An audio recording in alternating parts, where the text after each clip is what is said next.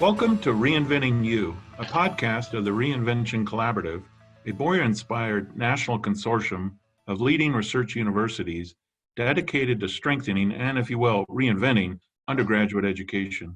We're your hosts, Steve Dandino, Executive Director, and Liz Mock, Assistant Director, and we come to you from Colorado State University in Fort Collins, Colorado, the host of the Reinvention Collaborative. Today's guest is Dr. Colin Potts, Vice Provost for Undergraduate Education at the Georgia Institute of Technology, where Dr. Potts oversees offices and programs affecting undergraduate education, including the Center for Career Discovery and Development, the Honors Program, the Center for Academic Enrichment, Center for Academic Success, and the Center for Serve, Learn, Sustain, and where he sits on the President's Cabinet, as well as represents Georgia Tech's undergraduate academic affairs to the University System of Georgia Board of Regents, the Association of American Universities, AAU, and indeed serves as the Reinvention Collaborative President. Welcome, Colin. Hello. Welcome. Good to see you. We have an exciting topic to discuss today. Essentially, the role of the research university and the research part of the research university in thinking about undergraduate education. I think when many people think about Georgia Tech specifically, they think, all the undergraduates there are required to take calculus. And that comes up during football games. I've seen it.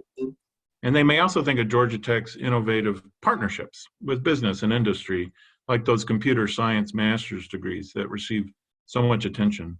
And mentioning football, of course, there's the Rambling Wreck. Gotta give kudos to that.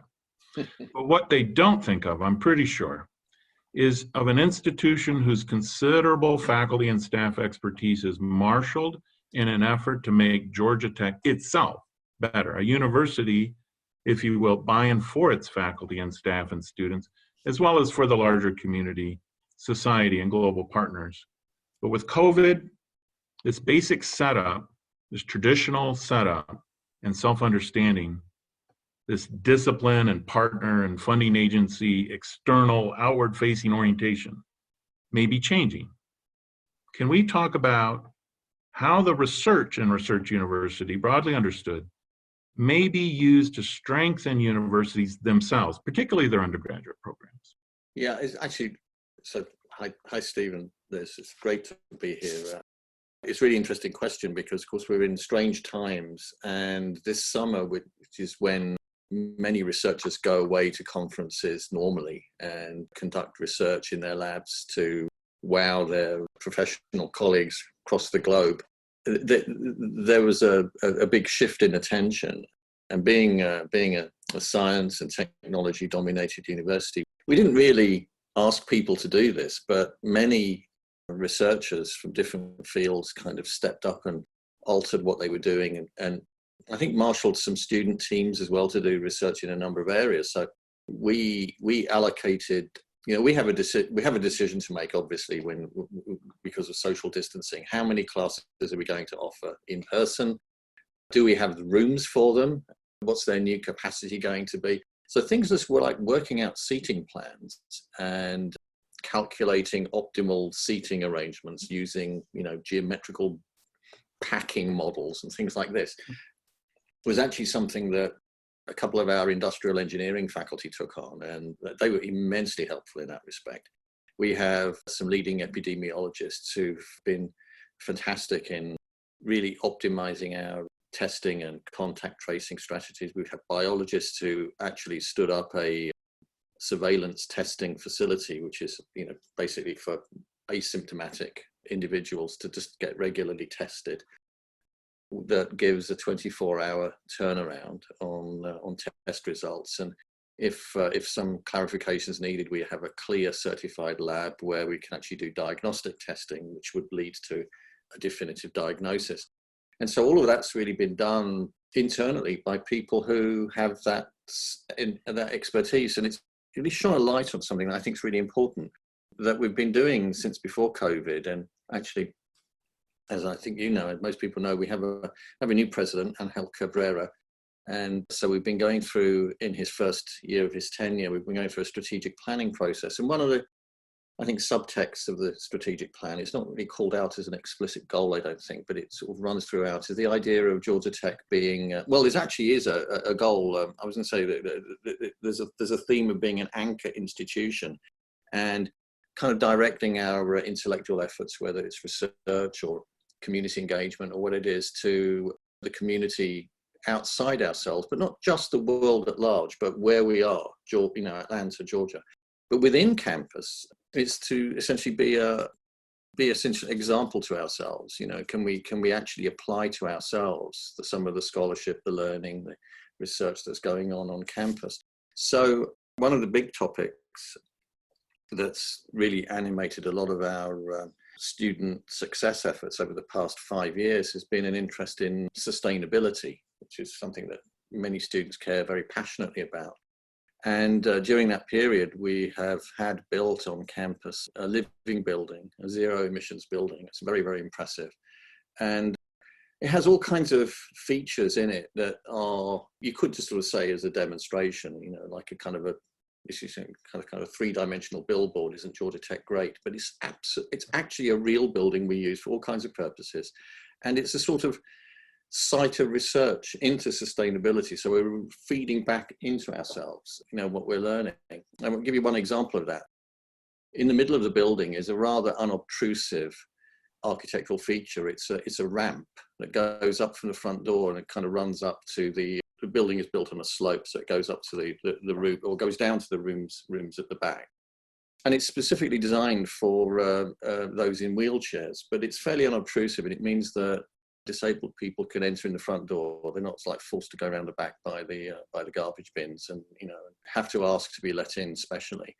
And everybody can use this, and doesn't call attention to itself for what it is. It's really just a design feature. So a lot of the thinking from our research units in accommodations, those kinds of things have been applied in that building too. And there are other examples. Like most universities, we've had some disclosures of personal information on the web. These things happen, and we have to be very, very careful because of all the regulations about privacy. And we have, world leaders in the area of cybersecurity. What better thing to do than to ask them to sort of lead a group to say, well, how can we get our act together a little bit better so that these things don't happen in the future and we can respond to them with greater alacrity, So those are the kinds of things we're trying to do, and I'm sure we're not alone in that. But I think it's a very important aspect of the modern university, because I'm sure you, Steve, and I, not alone in having colleagues on the faculty who complain about administrators and the administration, making decisions without getting them involved. This is a way of getting, I think, scholars involved in the actual lifeblood of the institution where they live and work, that they can actually apply their know-how to make it a better place. And that's greatly appreciated, I think. Could I quickly follow up on one point you made there, Colin? You mentioned the anchor institution concept, and you gave some examples of faculty from different areas of the institution making contributions. But you also mentioned the strategic plan and President Cabrera's desire to kind of formulate an overarching vision for how the institution is developing. Are any of those things you mentioned explicitly understood within this emerging framework, or is it more that things are kind of coming up organically and different because of COVID, because of longer term interest in sustainability, and then it's gelling together and you see an opportunity to have it inform the strategic plan? Which comes first? Yeah, well, I think it's an element of both. As we're working on a strategic plan, obviously that is very much, front and center. Last strategic plan, which I also worked on, was 10 years ago. And between its publication and where we are today, we had the whole evolution of distance learning through MOOCs, which people have largely kind of, I won't say forgotten, but it's not regarded as the centrally important thing that some people thought it was at the time. Mm-hmm. And that wasn't really thought about at all in the old strategic plan. I mean, you have to adjust to circumstances as they change. You can't always predict what's going to happen. But I think the conditions for you to respond are kind of there already in the research and practices that people engage in. And we, so when we set out on our strategic plan last year, obviously we didn't know there was going to be a pandemic. And so you adjust, I think, using the values that are important to, adapt to the situation that's happening. And I'll give them some examples of how, like the biological sciences and some engineering and management areas have actually been applied to a situation we're in. I'm sure we could do a lot more on that in the future. I'll give you one example where I think improvement is necessary, and this is, I think, true in most universities. We have one of the world leading groups on human-computer interaction. And when I, as I did this morning, logged in to approve some leave requests from employees and make one myself, I kind of couldn't help but think that I was using a 1990s era internet interface, and so there's a mismatch, I think, between the expertise that exists on campus and the infrastructure sometimes that we use. But we're working on it. So maybe we could touch on research in various modalities and in various broad epistemological domains. On the one hand, we know that Boyer's 1990 Scholarship Reconsidered parsed things in an interesting way, distinguishing basic research from synthetic scholarship, and these from the scholarship of engagement in teaching and learning. Only the last has really caught on. Do you see this model as germane for our topic? Yeah, it's a really great question, and it's quite pertinent. The first Boyer report, 1991, had a big impact actually on me and on my personal career. The founding dean of the College of Computing, which is where my faculty home is, Peter Freeman, I don't know whether he just had a few copies of this where he gave it to everybody, but he gave me a copy of Scholarship Reconsidered, and I was very taken because I had written a paper actually only a year before, or magazine article really, arguing that in software engineering, which was my field, we should think of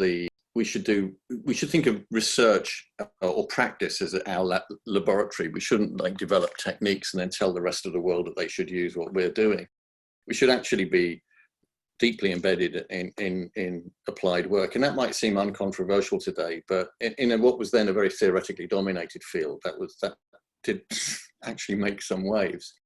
And what I liked about Boyer's rather sort of transgressive arguments, because they I think, poked a little bit of academic pomposity in the eyes, but by saying that, the scholarship of discovery is a very valid and very important form of research. I mean, look at things like relativity theory, quantum theory, some of the great sort of gems of 20th century scholarship, and it's undeniable. But it can also, I think sometimes, most people aren't Einstein or Niels Bohr. Most people are me, doing really good research, impressing their small coterie of research colleagues internationally, getting invited to give talks and having papers received. And this is legitimate. I mean, breakthroughs can be made, but very few people, I think, are going to really change the world. We're going to incrementally improve an area, and sometimes it might be that our work really doesn't lead to great breakthroughs. We don't know in advance. That's why we do research. We want to find out. We're curious, but sometimes we can have a bigger impact through teaching and learning, or through integrating the ideas of others in a very novel way, which I think sometimes many faculty think you're not entitled to do until you're a full professor and you've paid your dues. But I think the sometimes the naive, slightly askew insights of someone who's relatively new in a field can really shine a light on how ideas can be related that have never been seen as connected before. And that kind of thoughtful review article or synthesis work can be very, very valuable. And, you shouldn't, I believe very strongly, you shouldn't turn your nose up and say, well, it's not original enough. And that goes, I think, definitely for the scholarship of applications, where universities, I think, really need to play an active role in bringing, I mean, we touched on the strategic plan already. I mean, I want to sound like the manager in a Dilbert cartoon by emphasizing strategic plan. It's a tool to an end. It's a way of thinking about the future and what it is that matters. Great universities should stand for something. And one of the things I think that we have to stand for is that in science and technology, which is so important at Georgia Tech, and engineering, computing, has to be in the service of the human condition, somehow making lives better for people. I mean, it's not just about developing neat gadgets that we think are cool. Very few people actually believe that or say that, but I mean, really concentrating on the social benefits and the societal consequences of what we're doing, I think is really, really vital. And sometimes I think in very narrow disciplinary fields, people feel that that's for somebody else to do. That's for somebody in the humanities to do, or business, or one of those areas that deals with people. You know, but it can't be mathematized in the same way. And they do great work, and we value it, but it's not really the same kind of research that we value. And I think that that kind of stereotype really has to be confronted for what it is. So I, as someone who has a background in both psychology and computer science, I find myself sometimes very much straddling the boundaries between not just two fields, but two outlooks on life, about what understanding and progress and academic value really is, and it's fascinating for me. And I think it's been a privilege to have a career that accidentally did do that straddling, because it's something that I think many scholars could really, really benefit from. And students get it. And those who go on to do PhDs and become professors sometimes don't, or forget it by the time they get there. But students do understand that they want to learn things which are useful and meaningful, not necessarily things that will get them into a club. Yeah, that's a perfect segue to the next question I wanted to pose, because, when we look at our institution, knowledge is divided and reified through departments and colleges into various domains that often, as you're implying, don't speak to each other or don't integrate in ways that might be meaningful to students and everyone else for that matter. And I'm thinking here about, the classic divisions of natural science from social science, from humanities and the arts, and also all the professions and their important role at institutions. How can we think about our research university in those ways? And maybe throw in here, this might be the time to introduce the notion of interdisciplinarity. And you were just touching on, being in two different fields and what that can mean for a person or for knowledge production. And maybe even the idea of disciplinarity, where we try to move beyond discipline itself in its sort of deeper meaning of a fairly rigid, boundary-driven method of inquiry. Yeah, it's disciplines are important. I don't want to give you the impression that they're not important. That there's a notion of established quality that you get from that, but they do have. I actually think it's more important to think about problem-focused issues than interdisciplinary issues. Sometimes problems don't come in neat disciplinary packages. And one of the interesting things about when I came to Georgia Tech, I somewhat took this for granted, because I had worked in a research lab for several years, MCC in Austin, Texas, which was very interdisciplinary in exactly the way that Georgia Tech was becoming at the time in the early 90s, and has definitely become. And so, for example, we have a really wonderful College of Liberal Arts, the Ivan Allen College of Liberal Arts. We don't have an English department, for example. We have a School of Literature, Media and Communication. We don't have a degree program in history or one in sociology. We have one in history and history of society and technology. And we don't have a philosophy department, but we have applied ethicists who work in environmental ethics and medical ethics and areas like that in our School of Public Policy, similarly with political scientists working on international affairs in international affairs. And so everything is really geared around sort of problems or clusters of issues. And that's been able, I think what we've been able to do is to cut through the kind of stuffiness that might emerge if, well, that's not really history, that's sociology, or vice versa. You're a sociologist, you can relate to this, of course, can't you? So that's actually, I think, we've been quite fortunate in that sense. That's allowed things to develop that are a little bit unusual. So we have a program in computational media, which is a joint program between our College of Computing and Literature, Media and Communication. it's not just a collection of courses from the two schools. The idea is that students weave together their degree from two threads, and those threads actually have emphases. It might be, you know, intelligent systems on the one hand, and the structure of narrative on the other. And then they can become perhaps a game designer, but they haven't just studied games. They've studied the foundational ideas about what does it mean to interact with people and do machine learning and these kinds of things, and graphics. And at the same time, what does it really mean to make a good story? And by studying some theory in this area. So there is some of that, I think, that really leads to the fact that when our students study great works of literature, I mean, we have faculty who just want to teach them there's great works of literature. I mean, Shakespeare is something that everybody should, I think, really grow to love.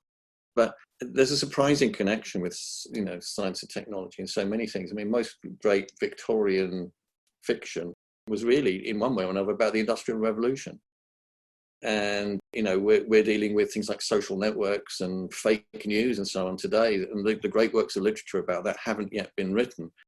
But we can learn a lot, I think, from the works about the coming of the railroads and factories, because it's very much the same idea that social displacement and those kinds of things follow in their train. So I don't know if that really gets at what you're getting at, but I think the idea that scholarship, our degree programs and what students learn and how they relate ideas together should really be encouraged by the way we organize ourselves academically. Because students don't care about academic departments, they care about the courses they have to take and why they're taking them, and what the relationship is between them, and what comes next. And so I think the extent to which we can provide something which is coherent and not just a collection of discrete courses really comes from the fact that we organize ourselves in that kind of fashion. So yeah, that's what I hear you saying, is that discipline remains important, but problems are more important, and the in-between, the academic organization, ought to be creatively construed to allow for, the most productive problem-focused education. And if listeners are thinking, oh, well, that's Georgia Tech, they're lucky, they're already set up that way, I would just point out, and very well, listeners to the Reinvention Collaborative know very well that Michael Crow at Arizona State went through a whole process there of refashioning that middle part, the academic organization. Someone had to do that at Georgia Tech at some point in its history and development. These things can be done. Obviously, they're not easy, but they are done, and people are talking about doing them.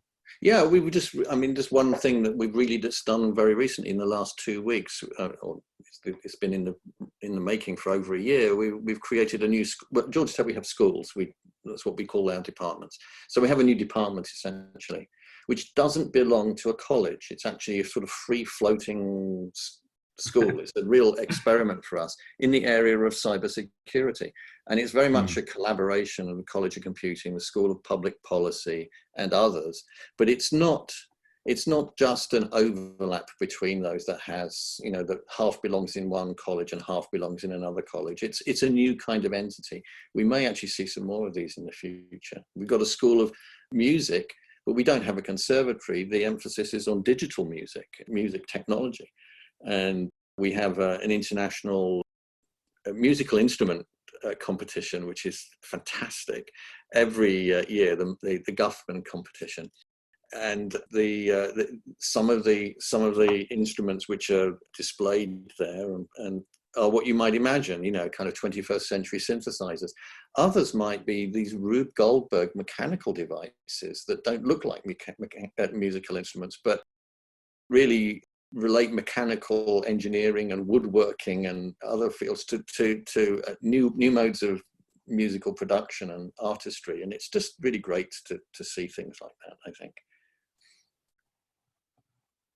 So by virtue of your administrative role, you're perhaps uniquely positioned, or you and the provost and a few others, to imagine truly practical university-wide reform efforts.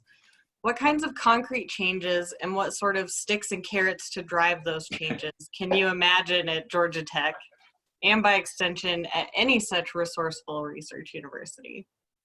I'm laughing at the use of sticks and carrots Yeah, and in my case, it's generally kind of cajoling and gentle persuasion. I think our big problems are actually, we could teach science and technology certainly better than we do. You know, we have students who come to college who are equipped to succeed in the field, and they hit hurdles, and it's rather mystifying. That's something that we're working on. I think it's really important. So we have sort of some statewide networks with other universities where we're working with the John Gardner organization on some improvements for our gateway courses. But I really think the important area of improvement is actually not course by course, and it's not pedagogical at all. It's in terms of curricular design and coherence. And you know, does the curriculum make sense? Where are the bottlenecks? Why are students spinning their wheels? Why are some students having midlife crises at 22 saying, you know, my God, I'm in the wrong major? Why didn't they learn that earlier on? Why aren't we sort of advising students to explore? I mean, there's all sorts of questions like this. And so I think that, you know, one of the things that we're doing with the Reinvention Collaborative is the work that a colleague of mine at Georgia Tech, Shawi Abdullah, is doing in conjunction with Greg Heilemann, many people in the RC know, from the University of Arizona, on curricular analytics and really just looking at the efficiency of the curriculum. And I don't see this as a way of kind of thinking of the curriculum as like a sort of machine that we're pushing students through with minimal friction. I mean, there's an element of that, but so much as a way of shining a light on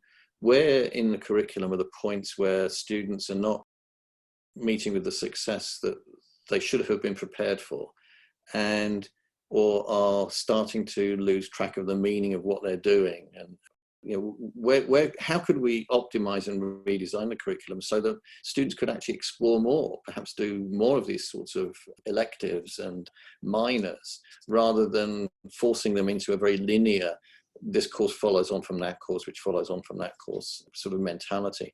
So that's one thing I think that we can do as administrators. I have two jobs I've discovered. It took me several years to really realize this. One is that I manage a unit, like most administrators do, to provide, in my case, to provide academic services of various kinds. And Liz mentioned some of them at the very beginning. But I also have another job as an ambassador. And you know, we're working with school chairs and faculty, and in that area, no one has to listen to me or do what I tell them to do. I mean, they just don't. Actually, I think basically the president is probably in the same position, because, you know, it's the world of the universities. We're all sort of independent players. But that side of I really enjoy that side of the work. I think it brings me into, I'm a naturally curious person, and it brings me into other people's academic areas and how they construe things. And it's fascinating. I mean, my job is just to make things as smooth as possible for them and not to put up administrative roadblocks. But I do always ask questions. For example, in any new curricular proposal, why are we introducing prerequisites and not removing them? You know, I think that we're very good at putting things in place in academia. This is not a Georgia Tech thing. This is an everywhere thing.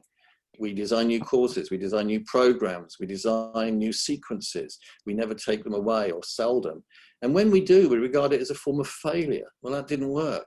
And yet, as scientists and technologists, and of course I'm surrounded by such people at Georgia Tech, so that's what I'm thinking of, we like to do experiments, and we don't quite know where they're going to end. So there's no shame in discovering that something isn't as popular or as efficient or successful as we thought it would be. It's a learning experiment. The shame is actually not doing anything about it.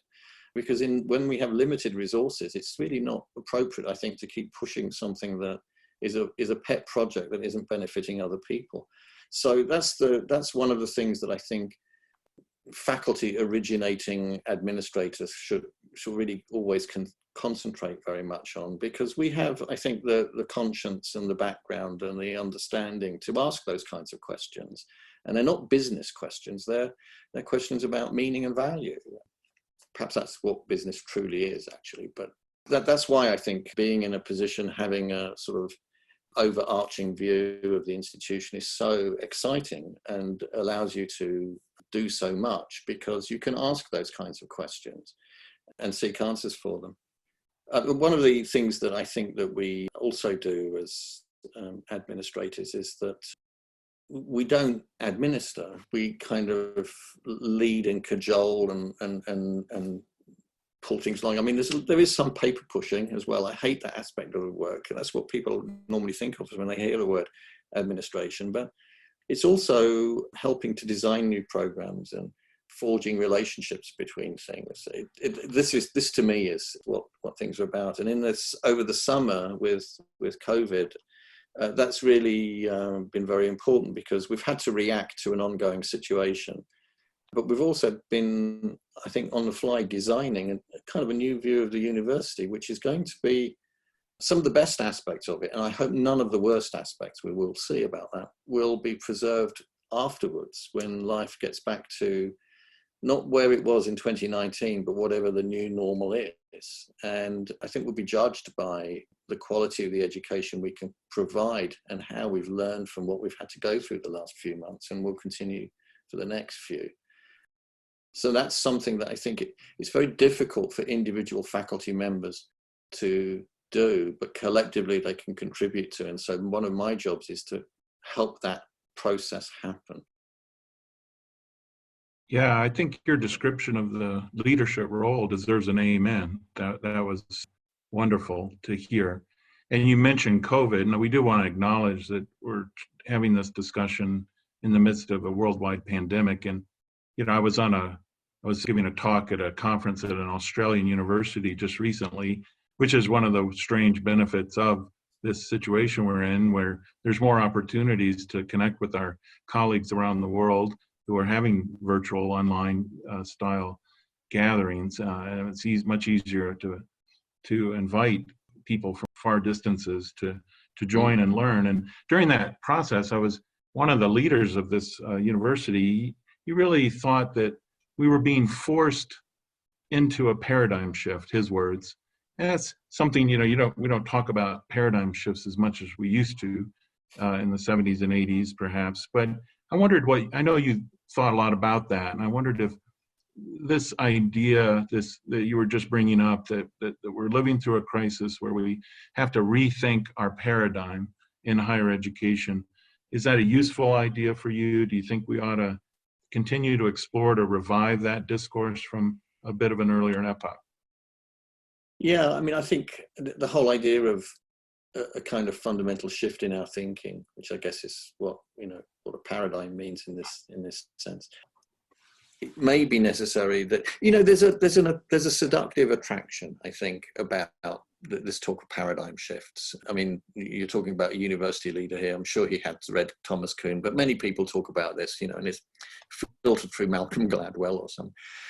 And the idea that there's a wow factor. We have to disrupt things. There's a certain kind of almost destructive glee behind talk of that kind, which I've always found highly suspicious. And it tends to be promoted, I think, by a kind of Silicon Valley mindset, whether it's actually coming from businesses that are colonizing higher education, or whether it's coming from insiders who have been infected by this way of thinking. There's a lot of value. I mean, I was talking earlier about how important entrepreneurship is at Georgia Tech. We really value innovative thinking, and we encourage students to form their own companies. And so, I mean, we're certainly not traditionalists, but I do wonder about this kind of talk about disruption and paradigm shifts, about whether it's really actually is based on what's going on, or whether it's a form of rather strange projected wishful thinking. we clearly we've had to do things very differently this summer and fall than we did previously. We've been forced into something, and I think we're learning from it. And I've been really amazed and impressed by how incredibly productive it's been. Our students are kind of getting a little bit stressed out now. I think this is true everywhere. They're not having the human contact that they thought they would value in college life. There's particularly those who've just come to college for the first time. The whole college experience, I think, is much more than what goes on in the classroom, and we have to think about that too. But we're all, I think, sick and tired of looking at little kind of celebrity squares, sort of miniaturized pictures of our colleagues in their studies and bedrooms, talking to us in conference calls, and students get the same thing, I think, in their classes.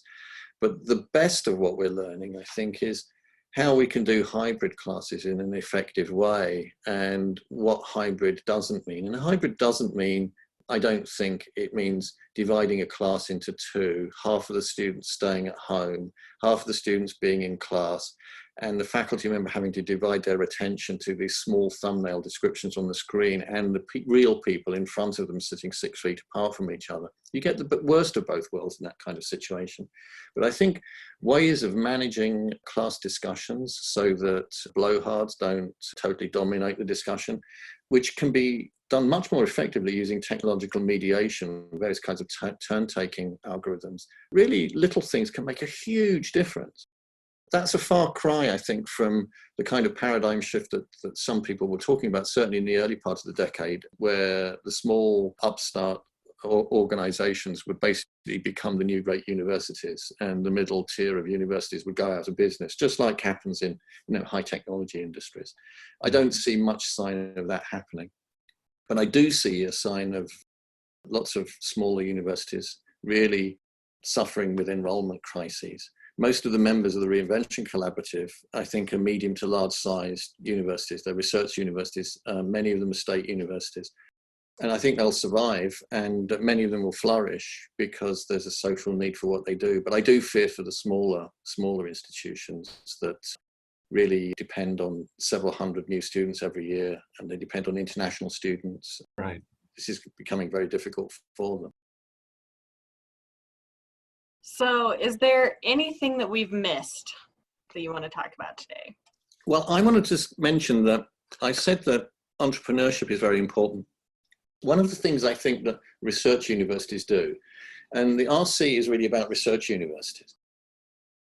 What we do is research and we teach. And I think one of the things that students can experience at research universities that they can experience at other universities too, but it's less institutionalized, is they can participate in the growth and the creation of knowledge, not just the transmission of it from experts to them.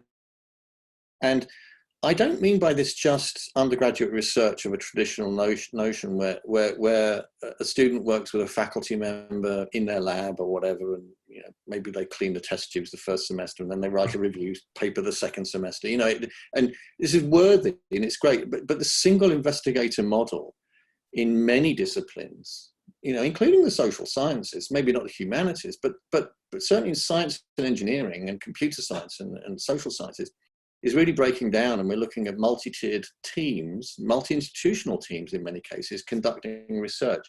And what students understand by research, they just really mean learning by investigation and discovery. Whether it leads to a peer-reviewed publication or a patent or an experience that they can put in their e-portfolio because it was creative, doesn't really matter to them. To them, it's all research, or it's all something that, we could invent a name for. We could call it innovation or entrepreneurship or whatever. And entrepreneurship isn't just about starting your own company. It's also about thinking outside the box, designing new ways to do things. And students love to do this kind of stuff.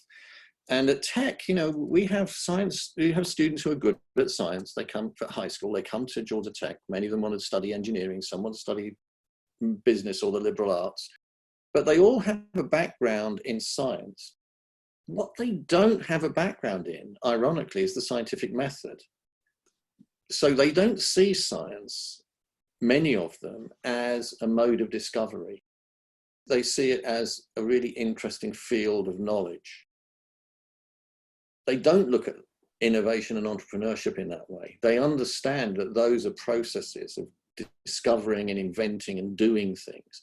And so I think that what we can do as research universities is at the undergraduate level, we can break down the barrier between traditional research of the kind that faculty do to get promotion and tenure, and innovation and entrepreneurship and creative work in the arts, and view them all as a similar kind of loosely coupled set of things where students can basically work in larger teams in many cases. So we have an approach called vertically integrated projects, which are involve undergraduates working with graduate students and faculty in teams of anything between 5 and about 20 people. We've got 80 plus of them at the moment. They count for academic credit. They might count for undergraduate research or special topics or whatever, but we launder the credit legally in all kinds of ways to contribute to their degrees. Students work on these generally for more than one semester, sometimes for as long as 2 years, weaving in and out of the project. And those projects go on for longer than the students' involvement in them. So they're a little bit like sort of being involved in a startup.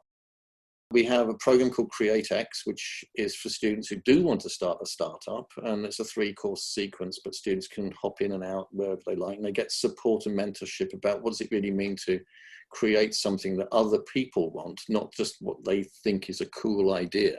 And that can come as a very valuable dose of cold water that really helps them, understand that sometimes the best ideas aren't the ones that really catch on.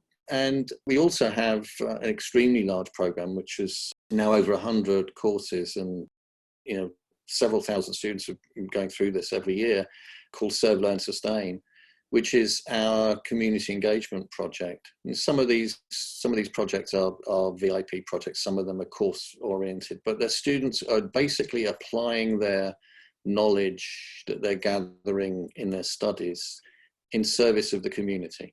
So I like to think of this as, by analogy, the difference between an internship or a co-op on the one hand and a summer job is that what you're doing is related to your academic study. You're doing something that somebody who wasn't, let's say, for example, a civil engineer couldn't do. Right? You might be working as a barista if you're a business student, understanding supply chains in the coffee industry and HR issues in the service industry, those kinds of things. But you're not doing it just to make money as a summer job. That's the difference between an internship and a summer job. The difference between volunteering at the weekend in a worthy cause, which is a fantastic thing to do, and Serve, Learn, Sustain is similar, because let's say you're a civil engineer, you can help with maybe the irrigation of a playground that kids can't play in some area of Atlanta that hasn't had the same public investment of funds that others have. And other people can dig ditches, they can volunteer their time, but they don't know where to put them, right? Only you as an expert can actually apply that knowledge. And this is the kind of thing that we want students to see, that what they're doing, what they're learning can actually benefit other people. And it doesn't have to necessarily be the highest technology intervention. It's the one that works and the one that really benefits people. And that's really, I think, what helps to grow a sense of professionalism and pride in our students. So that's all of these areas, I think, are stealth academics. They don't appear as academic as they are, but they all involve the application of sometimes quite rigorous academic knowledge in the service of others. Well, which is to say, it's not always just about calculus. So, but that helps. So I'm told. Yeah, it's still required. It's still required of everybody. Yes. We have come to the end of our time, Dr. Potts, and Liz and I both thank you very much for imparting this perspective from Georgia Tech, but which is clearly relevant to all our colleagues and anyone interested in the research university here in the United States and what may be possible as we work through our current period and look ahead to continuing the process of innovation, change on behalf of our students and our institutions. So we thank you. Thank you. No, it's been wonderful. It's great. Thanks. Thanks, Colin. And thanks to our listeners for listening to Reinventing You, a podcast of the Reinvention Collaborative.